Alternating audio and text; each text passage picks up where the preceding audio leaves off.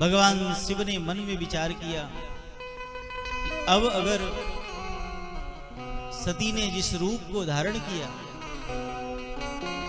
अगर अब सती के प्रति हम पत्नी का भाव रखते हैं तो भक्ति की मर्यादा नष्ट हो जाएगी। इसलिए भगवान शिव ने मन ही मन संकल्प किया कि अब इस शरीर से सती का भेंट यह संभव नहीं है। यही तन सती भेंट अब नाही, शिव संकल्प कीन मन माही। भगवान शिव ने ऐसा मन में संकल्प किया और मन में संकल्प करके भगवान शिव चल रहे हैं। देवताओं ने पुष्प वृष्टि की, पुष्प वर्षा की। हे प्रभु, आपके सिवा ऐसा प्रण करने वाला और कौन है त्रिभुवन में? कोई और नहीं है। माता सती ने बार बार पूछा, हे स्वामी, आपने क्या प्रण किया है, कृपा करके बतलाएं।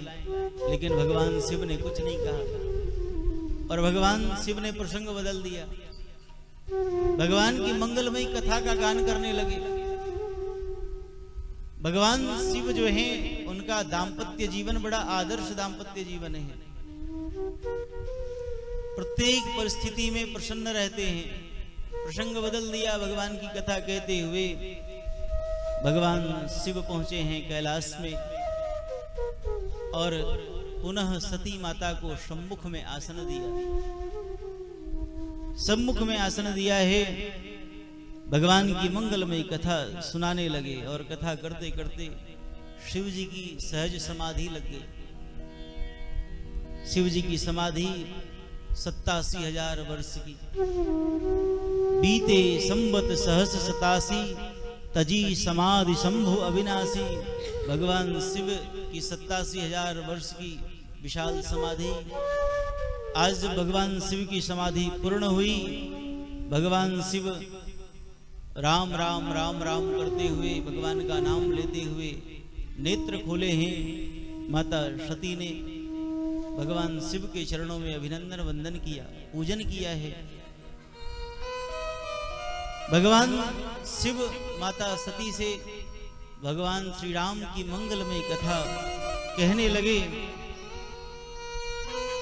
गोस्वामी जी महाराज कहते हैं कि उसी समय में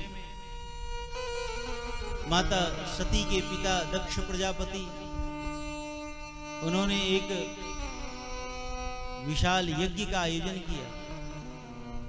उस यज्ञ में उन्होंने सबको आमंत्रित किया, लेकिन भगवान शिव को आमंत्रण नहीं दिया। देवता सब जो है अपने अपने वाहन पर बैठ करके और महाराज मंगल गीत गाते हुए सब दक्ष के उस यज्ञ महोत्सव में जा रहे हैं। लेकिन कितनी विचित्र स्थिति है। सब जा रहे हैं दक्ष के यज्ञ में, लेकिन उसी मार्ग से जा रहे हैं जिस मार्ग में कैलाश पड़ता है। किसी को सड़क से यात्रा करनी हो तो सड़क का मार्ग निश्चित है। किसी को रेल से यात्रा करनी हो तो रेल का भी मार्ग निश्चित है। लेकिन किसी को वायुयान से जाना हो, यद्यपि उसका भी मार्ग निश्चित है, लेकिन थोड़ा बहुत इधर उधर करके जा सकते हैं। लेकिन देवताओं को पता है कि सबको निमंत्रण है, शिव जी को निमंत्रण नहीं है। तो कैलाश के ऊपर से ही गीत गाते हुए सब देवता जा रहे हैं, देवांगनाएं जा रही हैं। सती माता ने देखा, पूछा, हे स्वामी, यह सब देवता कहाँ जा रहे हैं? शिव जी ने कहा कि देवी, तुम्हारे पिता एक दिव्य यज्ञ का आयोजन कर रहे हैं। उसी यज्ञ में सम्मिलित होने के लिए यह सब देवता लोग जा रहे हैं, देवांगनाएं जा रही हैं। सती माता ने कहा, पिता के यहाँ यज्ञ है तो स्वामी हमें भी उस महोत्सव में जाना चाहिए, जाकर के यज्ञ का आनंद लेना चाहिए। शिव जी ने कहा, देवी, जाना तो चाहिए, लेकिन वहां जाना उचित नहीं है, क्योंकि हमें निमंत्रण नहीं है। आज तक शिव जी ने वह घटना माता सती से नहीं सुनाई जो पूर्व में घटित हुई थी। क्यों नहीं सुनाया? क्योंकि सती के मन में दुख होगा। कितना सुंदर यहाँ भगवान शिव संकेत देते हैं, मानो हम ससुराल में जाएं और थोड़ा 19-20 हो, थोड़ा कम सम्मान मिले, थोड़ा अपमान हो जाए, कोई बात हो तो आकर के पत्नी से न कहें। पत्नी से कहेंगे तो मन में क्षोभ होगा, संबंध में विकृति आएगी। भगवान शिव ने आज तक यह बात नहीं कही, लेकिन आज जब यह प्रसंग आया तो भगवान शिव कहते हैं, देवी हमें निमंत्रण नहीं है, और वह क्यों नहीं है यह तुम जान लो। एक बार तुम्हारे पिता ने यज्ञ का आयोजन किया, उस यज्ञ में सारे देवता आए, सब अपने अपने आसन पर बैठे थे, हम भी अपने आसन पर बैठे थे, और उसी समय अपने आसन पर बैठ करके हमारे नेत्र बंद हो गए, भगवान के ध्यान में मैं निमग्न हो गया, हमारी समाधि लग गई।